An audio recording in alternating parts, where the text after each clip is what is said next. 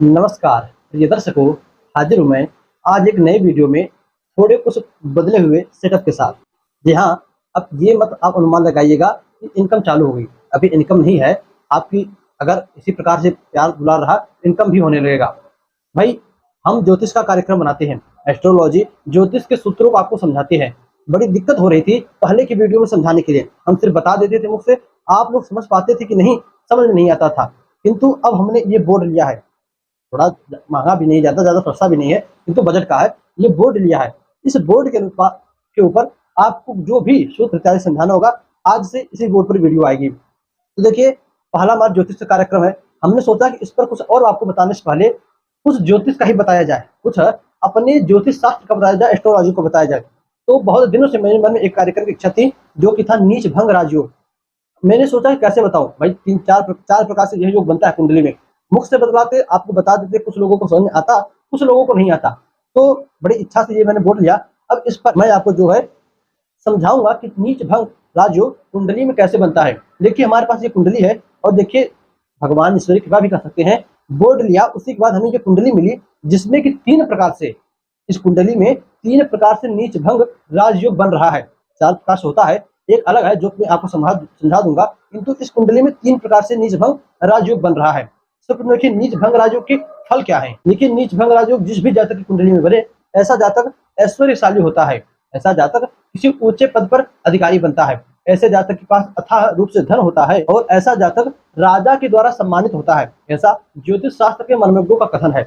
आइए अब समझते हैं कि कुंडली में नीच भंग राजयोग बनता कैसे है। ज्योतिष का पहला सूत्र है कि जो भी ग्रह कुंडली में नीच का हो रहा हो, या तो वो कुंडली के तीसरे में, छठे भाव में, आठवें भाव में अथवा 12वें भाव में हो, तब कुंडली में नीच भंग राजयोग बनता है। पुनः सुनिए, जो भी ग्रह कुंडली में नीच का हो रहा हो, तो यहाँ पर देखिए, मीन लग्न में, मीन राशि में बुध देव नीच के हो रहे हैं। बुध देव बैठे कहाँ पर हैं? 8वें भाव में। शास्त्र क्या कहता है? या तो तीसरे में हो, या तो छठे में हो, या तो 8वें में हो, या तो 12वें में हो, तब कुंडली में नीच भंग राजयोग बनता है। तो बुध देव यहाँ पर नीच के हुए और बैठे हैं 8वें भाव में। पहला पॉइंट से नीच भंग राजयोग बना। फिर दूसरा पॉइंट है कि ग्रह जिसकी राशि में नीच का हो रहा हो, उसका स्वामी केंद्र में बैठा हो। यानी अब देखिए, बुध देव मीन राशि में नीच हो रहे हो। मीन राशि के मालिक कौन है? देवगुरु बृहस्पति। देवगुरु बृहस्पति बैठे कहां पर है? तो आप देखिए, देवगुरु बृहस्पति बैठे हैं सप्तम भाव में, केंद्र में, जो कि है पहला, चौथा, सातवां, 10वां भाव केंद्र होता है। सभी लोग जानते हो कि देवगुरु बृहस्पति केंद्र में बैठे हो।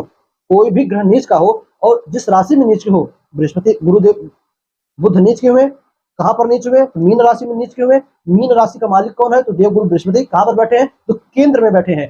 तब इस प्रकार से भी बुध का नीचत्व भंग हुआ, अतः कुंडली में नीच भंग राजयोग बना। फिर अगला जो सूत्र है कि ग्रह जिस राशि में नीच का हो रहा हो, उस राशि का स्वामी जहां पर उच्च का होता हो, उसका स्वामी केंद्र में बैठा हो।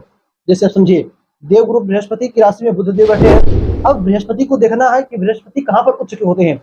तो बृहस्पति जो है चंद्रमा की राशि, यानी कर्क राशि में उच्च के होते हैं। जो 12वें भाव में राशि बनी है कर्क राशि, वहां पर उच्च के होते हैं। अब चंद्रमा केंद्र में बैठा हो, भाई बुध गुरु की राशि में बैठा है, तो गुरु जहां पर उच्च के होते हो, इसी प्रकार कुंडली में जो ग्रह नीच का हो, वह जिस राशि में बैठा हो, उसका राशि जहां पर उच्च का होता हो, यानी उस राशि का मालिक जहां पर उच्च का होता हो, वह उसका स्वामी केंद्र में बैठा हो। देवगुरु बुध बुध बृहस्पति की राशि में नीच के हुए। बृहस्पति गुरु चंद्रमा की राशि कर्क राशि में उच्च के होते हैं। चंद्रमा 1, 4, 7, 10 भाव में बैठा हो, केंद्र में बैठा हो, चंद्रमा देखिए 7वें भाव में बैठा हो। इस प्रकार से भी बनता है नीच भंग राजयोग। ये तीन प्रकार हुआ। चौथा जो प्रकार है कि ग्रह कुंडली में जिस राशि में नीच का हो रहा हो, उसका राशि उसे देखे। पुनः देखिए आप, बुध जो है मीन राशि में नीच के होते हैं। मीन राशि के मालिक कौन हो? तो देवगुरु बृहस्पति। देवगुरु बृहस्पति की दृष्टि यदि बुध पर पड़ती, तब भी बुध का नीचत्व भंग होता।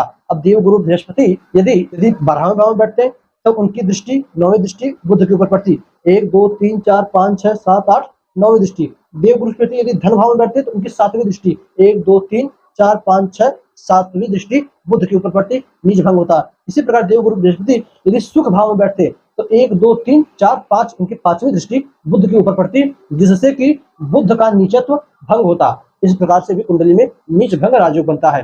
दर्शकों, ये 4 प्रकार थे जो कि कुंडली में बने, तो जातक की कुंडली में नीच भंग राजयोग बनता है। उम्मीद करता हूं भाई बोर्ड पर पहला वीडियो था, आप समझ ही चुके होंगे राइटिंग थोड़ी सही नहीं है, सुधरती रहेगी।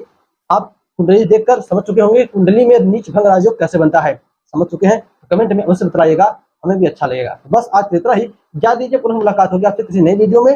अब बोर्ड आया है तो सूत्र ही सूत्र आएंगे किसी और सूत्र में, तब तक के लिए नमस्कार।